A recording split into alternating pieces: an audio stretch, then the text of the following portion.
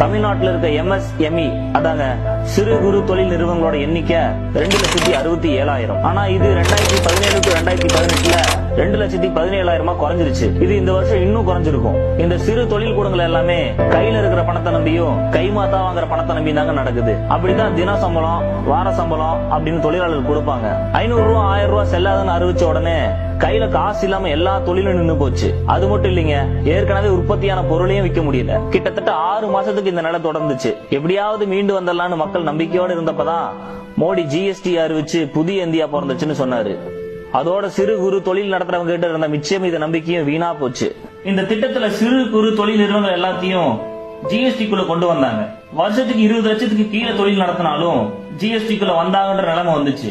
ஏன்னா GST register பண்ணாத சின்ன நிறுவனங்கள் கிட்ட பெரிய ஆளுகள் ஸ்பேர் பார்ட்ஸ் ஆர்டர் கொடுக்கறத நிறுத்திட்டாங்க.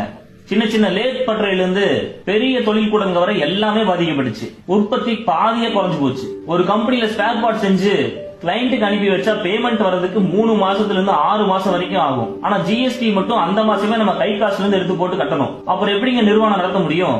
கிரைண்டர் தயாரிப்புக்கு 5% இருந்த வரியை 18 இருந்து 28 வரைக்கும் ஏத்திட்டாங்க. பம்பு செட்டுக்கு இதே நிலைமை தாங்க.